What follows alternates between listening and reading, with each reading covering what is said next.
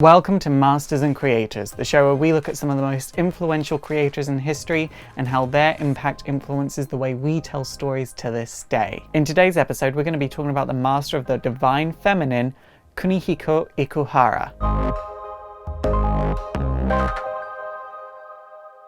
Every so often in media, you have this goddess archetype, this all-powerful woman, this woman that represents the epitome of power and femininity, and using that femininity for power. But the divine feminine can also apply to male characters.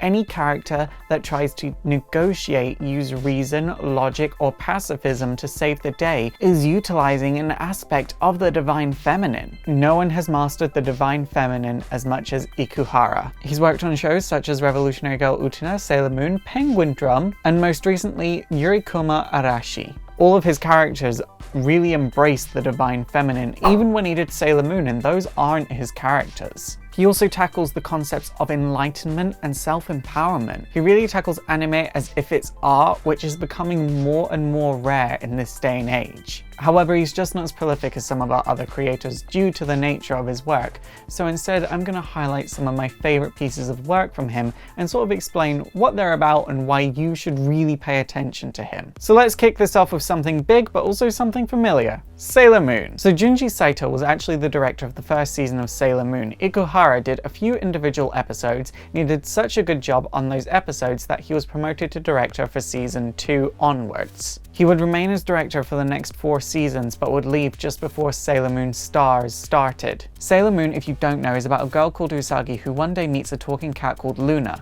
Luna informs her that Usagi is actually the hero Sailor Moon, and as the series goes on, it turns out Usagi is actually the reincarnation of the Moon Princess from the Silver Millennium and guardian of the Silver Crystal. The shift in direction from season 1 to season 2 is very obvious. Sailor Moon takes on more surrealist tropes and really sort of goes out of its way to embrace higher concepts. Now, the divine feminine, if you don't know, has loads of different names all around the world and through history. She's been called Aphrodite, she has been called Mother Earth, she has been called Yin, as in yin and yang. And like I said, all of the Sailor Scouts and even Usagi's boyfriend represent an aspect of the divine feminine itself, but Usagi is like the Holy Grail. You can tell Usagi is the divine feminine because she takes much more of a pacifistic approach to saving the day.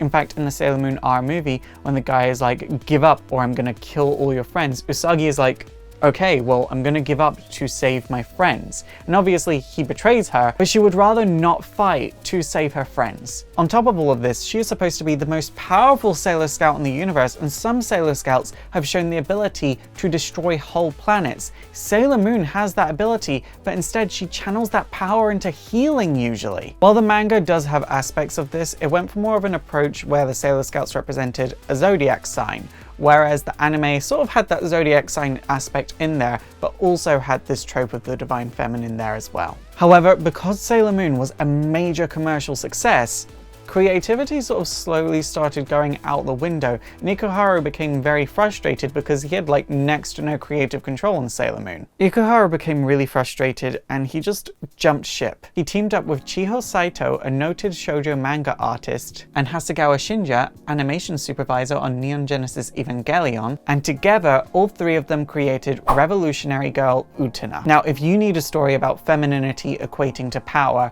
Revolutionary Girl Utena is the one. It's about this girl called Utena who was orphaned when she was very young, and she didn't really want to go on living anymore, so she just climbed into a coffin next to her parents. She was just going to wait for herself to die, but that's when a prince named Dios turns up and hands her a ring and basically tells her to hold on, keep living, and to never lose nobility. Inspired by him, she decides that she's going to become a prince herself, transfers to Otori Academy, and finds herself wrapped up in these duels to win the Rose Bride, a girl named Anthe. She hates this, by the way, because she doesn't think Anthe should be treated like an object, whereas everyone else is all for treating Anthe like an object. Anthe, by the way, is like a god, basically. Meanwhile, you have the dark counterpart to Dios, named Akio, who's actually running the school, doing a bunch of messed up stuff behind the scenes. And Dios is Anthe's brother, and so Akio is also Anthe's brother, and the two of them are in this weird incestuous abusive relationship, and then Akio enters a relationship with Utena, and the whole thing becomes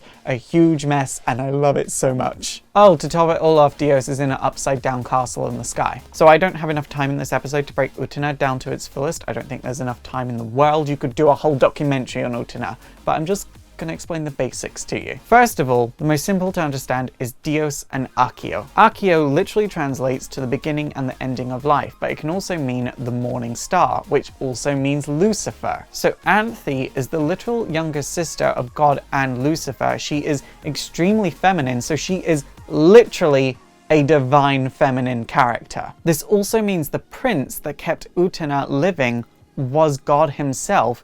Utena takes up the role of a prince inspired by God, which could also mean Utena is ascending to godhood by taking part in all of these duels. And this also means the upside down castle in the sky is heaven. Both Utena and Anthe have a very strong connection to Dios and Akio. As the duels go on, and they get closer to Dios and Akio, their bond grows even more. And all of this crazy stuff is wrapped up in these fairy tale motifs. This includes princes, magic, castles, swords coming out of people. Utena has to battle to get past these illusions to eventually get to reality, which could also represent reincarnation. It can also show that you need to get over your own mental blocks, these fantasies that are your mental blocks, to get to reality, to achieve enlightenment, be it spiritual enlightenment or otherwise. Like I said before I started, this is like just the surface level stuff. Like, this series gets more and more crazy the more you watch it.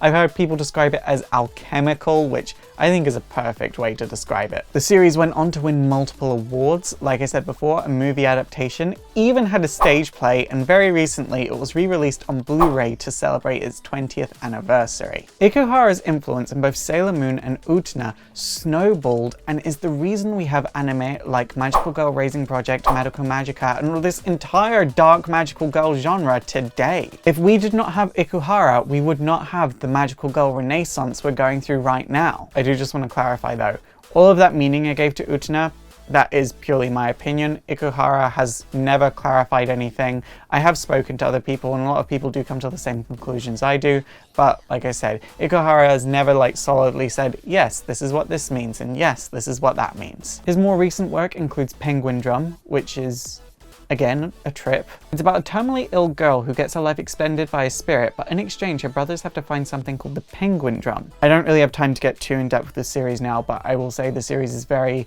critical of social order and capitalism, and is very like Ikuhara does Miyazaki. That's the only way I can describe it. If I had to describe Ikuhara to people, I would say that he's a mystic version of Miyazaki. While his way of describing magic is very different, and his approach to relationships is again very different, and he doesn't have Miyazaki's whimsy, he more than makes up for that in his own style and his own surrealist take in the world. But both of them tackle very similar themes and issues, such as capitalism, corruption, and social order. And both of them have a very heavy emphasis on female leads. But unfortunately, that's all we have time for in this episode. Thank you so much for watching. Make sure to tune in next week, where we're going to be talking about Gail Simone, master of female empowerment in Western comics, right here on Masters and Creators from Frames to Names.